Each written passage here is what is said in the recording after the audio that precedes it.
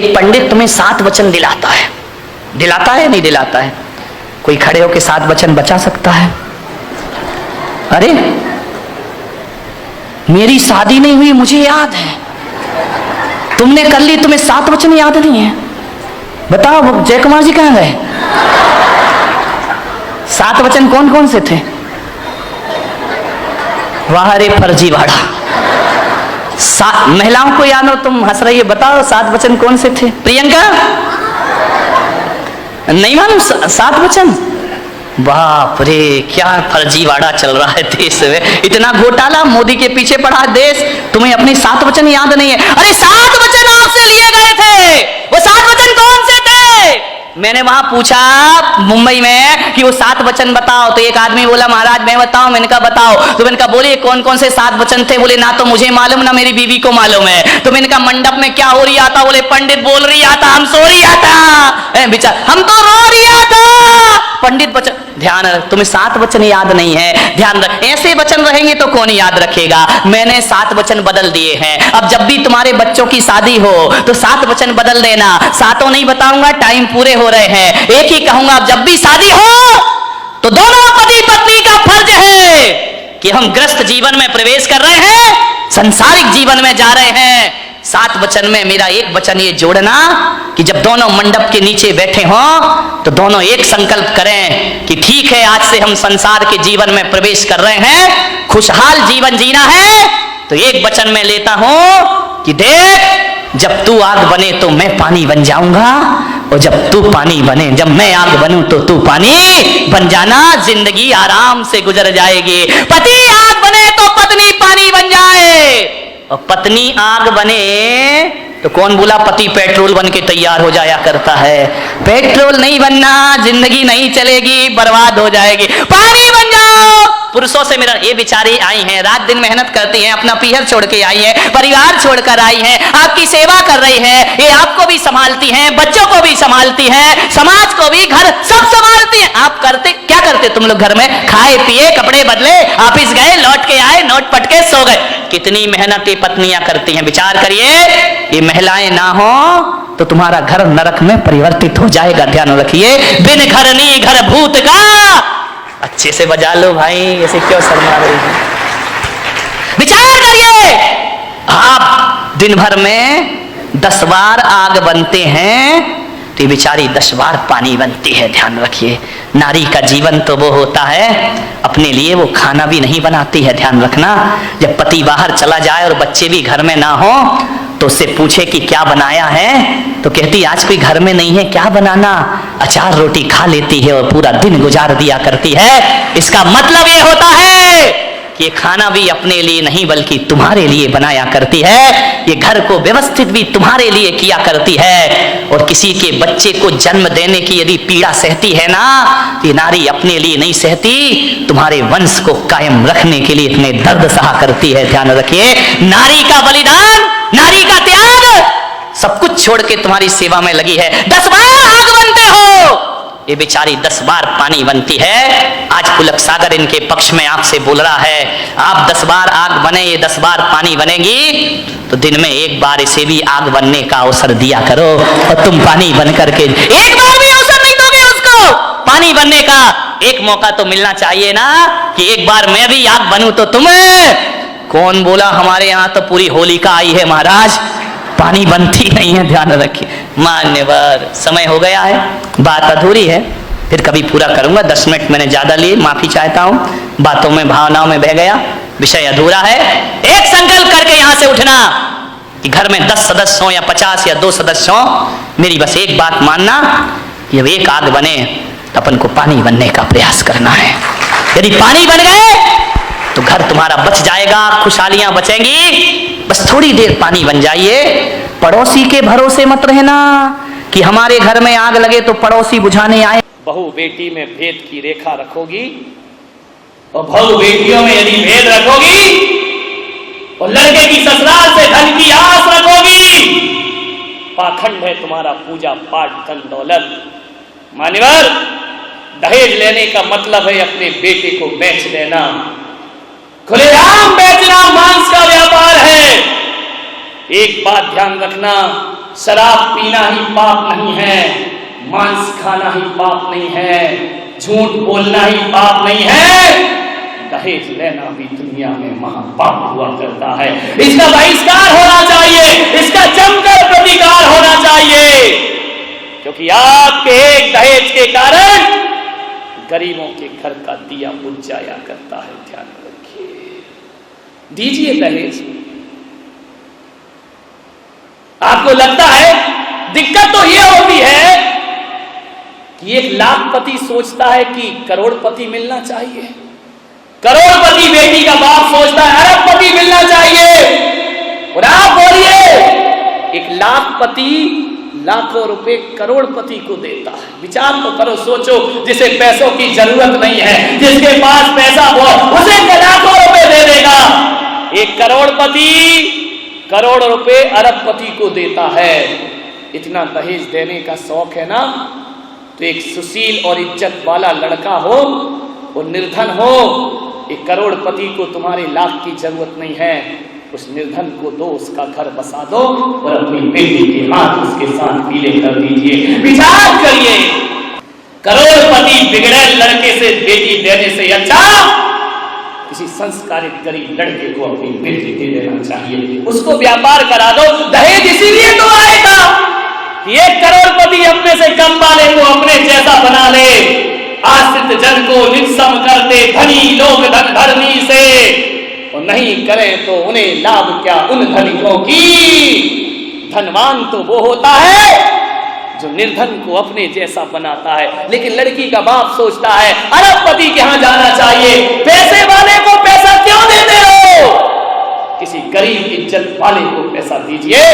यदि उस लड़के के पास अच्छे गुण हैं, अच्छे संस्कार हैं, धर्म के रीति रिवाजों से चलता है, पैसा नहीं है, तो एक अरबपति को अपनी बेटी उसे दे देना चाहिए और कहना चाहिए कि ले बेटा, ये पैसा तुझे देता हूं, तू व्यापार जमा, और जिस दिन तेरा व्यापार जम जाए उस दिन ये पैसा मुझे वापस लौटा देना, ताकि जिंदगी में तुझे ये एहसास ना रहे कि मैं सास ससुर के टुकड़ों में पल रहा हूं। ध्यान रखिए, सोचना है, अच्छा बनाओ, उसे अपने जैसा बनाओ, तब तो तुम्हारा दहेज लेन देन सार्थक होगा। मेरा आपसे निवेदन है, सुंदर बनो। मैं भी सौंदर्य प्रेमी हूं, हर आदमी सौंदर्य प्रेमी होता है। सुंदरता और किसी को अच्छी ना लगे ऐसा तो दुनिया में कोई हो नहीं सकता है। अच्छी चीजें सबको पसंद है, सुंदर चीजें सबको पसंद है, लेकिन मेरा आपसे निवेदन है कि जीवन में स्मार्टनेस का 20% प्रभाव पड़ता है, खूबसूरती का प्रभाव केवल 20%। ध्यान रखिए, सुंदरता केवल 20% हमारे जीवन को महान बनाती है। लेकिन एक बात याद रखना, चेहरे की सुंदरता का प्रभाव 20% होता है और जुबान की मिठास का प्रभाव 80% हुआ करता है। ध्यान रखिए, 20% पर जितना हम ध्यान देते हैं उससे ज्यादा ध्यान थोड़ा सा 80% पर देना हम प्रारंभ कर दें। अरे कोई भी सुंदरता ज्यादा दिन अच्छी नहीं लगती है। एक सुंदर चेहरे को कितने दिन देखोगे, 1 दिन, 2 दिन, 3 दिन, उसके बाद उससे मन भर जाया करता है। लेकिन जुबान की सुंदरता वो होती है जो मरने के बाद भी याद रखी जाती है और उससे कभी मन भरता। इसलिए जुबान के सुंदर बनो, जुबान मीठी होना चाहिए।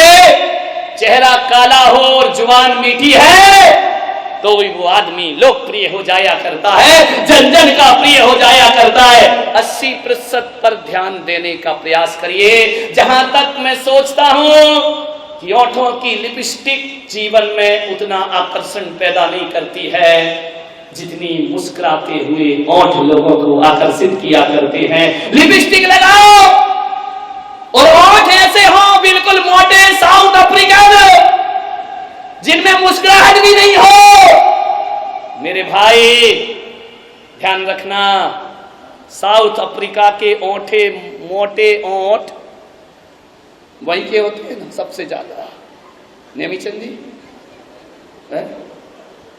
इतने मोटे ओठ होते हैं। ध्यान रखना, ब्राजील के देखो, इतने मोटे मोटे ओंठ। ध्यान रखना, ओंठ मोटे हों या पतले हों, यदि ओंठों पर मुस्कुराहट है तो मोटे ओंठों में भी आकर्षण पैदा हो जाया करता है। जुबान में यदि मिठास है तो एक बात ध्यान रखना, मीठी जुबान तुम्हें जनता का लोकप्रिय बना देगी। और जुबान में यदि मिठास नहीं है, कितनी भी ओंठों पर लिपस्टिक रहे उसका कोई फर्क नहीं पड़ा करता है। जीवन में आभूषण से उतना सौंदर्य नहीं आता है जितना मीठी भाषा और व्यवहार से जीवन में सौंदर्य आया करता है। रूप कैसा भी हो, काले पैदा हो गए कोई बात नहीं मेरे भाई, क्या हुआ काले पैदा हुए तो? काला आदमी भी अच्छा लगता है यदि जुबान का मीठा होता है, तो गोरा आदमी भी बेकार है यदि जुबान का तीखा हुआ करता है। जुबान मीठी होना चाहिए, मीठी जुबान। क्यों आते हैं मेरी प्रवचनों में लोग भाग भाग कर? क्या देता हूं मैं? कुछ नहीं, मेरा चेहरा नहीं, चेहरा एक दिन अच्छा लगेगा, 2 दिन लगेगा, 24 तारीख के बाद देखना नीलवटे सन्नाटा, या एक आदमी देखने को नहीं मिलेगा। ये लोग मेरे चेहरे को देखने नहीं आए हैं, ये दूर दूर से लोग यदि यहाँ आते हैं तो मेरी जुबान को सुनने के लिए, मेरी आवाज को सुनने के लिए आते हैं। नाम गुम जाएगा, चेहरा ये बदल जाएगा, मेरी आवाज ही है पहचान मेरी, घर याद रहे। ध्यान रखिए, इस घर में स्त्रियां होती हैं और पति आदमी झाड़ू लगाए, रिद्धि सिद्धि बाहर चली जाती है, मैं झाड़ू लगा दूंगी कोई बात नहीं है। बेटे ने कहा नहीं मां, मेरे होते तू झाड़ू नहीं लगाएगी, ला झाड़ू मैं लगाऊंगा। मां ने कहा नहीं बेटा, जब तक हाथ पैर चल रहे हैं मैं झाड़ू। दोनों में तू मैं हो गई, झाड़ू पकड़ के खींचने लगे। बेटे ने कहा मैं लगाऊं, मां ने कहा, आवाज चली गई बहुरानी के पास, झट से उठी दरवाजा खोला। कमबख्त लोग सोने भी नहीं देते शांति से। झरोखे में से बोली, क्यों झगड़ा कर रहे हो सवेरे सवेरे? मेरी नींद डिस्टर्ब कर दी तुम लोगों ने। सास ने देखा, कुछ नहीं बहू तू सो जा, और लिया पैसे वाले की बहू, सो जा। बहू ने कहा बात क्या है, झगड़ा क्यों हो रहा है सुबह सुबह? बोले देखना बेटा, ये तेरा पति कहता है मैं झाड़ू लगाऊंगा, और मैं कहती हूं जब तक घर में महिला है मैं झाड़ू, और मेरे हाथ पे चल रहे मैं लगाऊंगी। पति ने सोचा शायद अब शर्म आएगी उसे। मालूम है महारानी ने क्या कहा? बोले पागलो, झाड़ू के लिए झगड़ा क्यों करते हो? इतनी लड़ाई कर रहा इतने से काम के लिए। तो बोले क्या किया जाए? बोले आपस में बांट लो, एक दिन तुम लगा लिया करो, एक दिन तुम लगा लिया करो। और जा करके फैसला देकर बहुरानी आराम से सो गई। ध्यान रखिए, विचार करिए, उसको काहे की शर्म, ध्यान रखना। बहू लाओ, बहुरानी मत लाओ। एक सास मेरे पास रोते रोते आई, बोले महाराज जब से ये बहू आई है मेरा घर तो बर्बाद हो गया। तो मैंने कहा क्या किया जाए? बोले कुछ करो महाराज, मुझ पे कृपा करो, इतना अच्छा मेरा घर था, जब से ये बहू आई पूरा घर बर्बाद हो गया। मैंने कहा तूने क्या क्या उपाय किए? बोले एससी जैन ज्योतिषाचार्य के पास गई। बोले उन्होंने पंचांग देखा, पत्रा देखा, कुंडली देखी, और मुझसे कहा तेरे ऊपर 7.5 शनि की महादशा चल रही है। तो मैंने कहा फिर क्या किया? बोले शनि की दशा रहेगी तब तक बहू से तेरी बनने वाली नहीं है। मैंने कहा एक बात बता अम्मा, ये 7.5 शनि की महादशा कब से लगी है? बोले जिस दिन से ये बहू घर में आई है। मैंने कहा एक बात कर, एक काम करेगी? बोले कोई उपाय बता दो महाराज। मैंने कहा एक टोटका दे रहा हूं, तू कर लेगी? बोले कर लूंगी। बोलो बोलो जिनसे मैं एक कमरा बनवाऊं। मैंने कहा नहीं, कमरे अमरे से तेरा शनि उतरने वाला नहीं है। कोई मूर्ति रख दूं, कोई जिनालय बना दूं? मैंने कहा नहीं नहीं, मेरे बनाने वाले बहुत से हैं, तुझसे लेके तेरा शनि लेके मैं करूंगा क्या जिन शरण में? मैंने कहा तेरा शनि तू ही रख। बोले महाराज मुझे शनि से मुक्ति दिलाओ। मैंने कहा एक छोटा सा टोटका कर दे। बोले क्या टोटका? मैंने कहा एससी जैन से नहीं पूछा? तो बोले एससी जैन ने कहा 4 महीने मेरी दुकान बंद महाराज की चल रही है, तू वहां चली जा। मेरे पास आई, मैंने कहा एक टोटका कर। बोले क्या?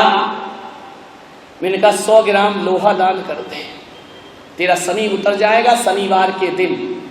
बोले क्या महाराज कैसी बातें करते हो, 100 ग्राम लोहा? बोले मैंने कहा 100 ग्राम बस। बोले कुंटल 2 कुंटल कर दूं, मेरे पास पैसे की क्या कमी है? मैंने कहा बस 100 ग्राम लोहा दान कर दे, तेरा शनि उसी समय उतर जाएगा। तो बोले किसे दान करूं? पंडित जी को दे आऊं? मैंने कहा नहीं, बेचारे गरीब का शनि मत चढ़ा उसको। मैंने कहा तो बोले फिर क्या करूं? अभी पंडित जी को दे आऊं? मैंने कहा बिल्कुल नहीं। तो बोले क्या करूं, किसे दे दूं वो लोहा?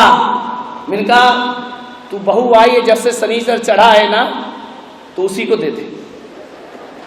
तो बोले वो लोहे का क्या करे कि महाराज बड़ी तेज है, चाकू बनाएगी, गर्दन काट देगी मेरी। मैंने कहा चिंता मत कर, 100 ग्राम लोहा दे दे। बोले 1 किलो दे दूंगी, मेरे बाप का बिगड़ता क्या है? मैंने कहा नहीं, मैंने 100 ग्राम कहा, यानी 100 ग्राम। बोले मतलब क्या? मैंने कहा 100 ग्राम लोहा दे, शनि उतर जाएगा। कमर में जो तूने लोहे की चाबी लटका रखी है ना, सोचो सोचो। मैंने कहा 100 ग्राम से ज्यादा की नहीं होगी, एक चाबी जा बहू को दे दे। बोले उससे कैसे उतरेगा? मैंने कहा सोना तू उसी के, मैंने कहा शनि तू उसी के घर से लाई है। बोले क्या लाई हूं? मैंने कहा लोहा लाई है तू, फ्रिज लेकर आई है? बोले हाँ। मैंने कहा लोहे का शनिचर उठा के लाई है ना? एसी लाई है? बोले हाँ। मैंने कहा लोहा उठा कर लाई है। मैंने कहा गोदरेज की अलमारी लाई? बोले लाई। मैंने कहा लोहा। और मैंने कहा बोल मर्सिडीज कार लाई? बोले लाई। मैंने कहा इतना शनि लाएगी तो तेरे पे नहीं चढ़ेगा तो क्या पड़ोसी पे जाकर चढ़ेगा? इतना लोहा उठा कर लाई है लड़के की ससुराल से। उनका ये 100 ग्राम लोहा दे। बोले महाराज बड़ा कर्रा काम है 100 ग्राम। मैंने कहा इस शनि 7.5 की 14 साल नहीं उतरेगा, ध्यान रखना। जाकर के दे दे। छाती पे पत्थर रखा, बहू को कहा ले बेटा इस घर की चाबी। बहू ने कहा हो गई अब मैं राजी, उतर गया सारा शनि, ध्यान रखना।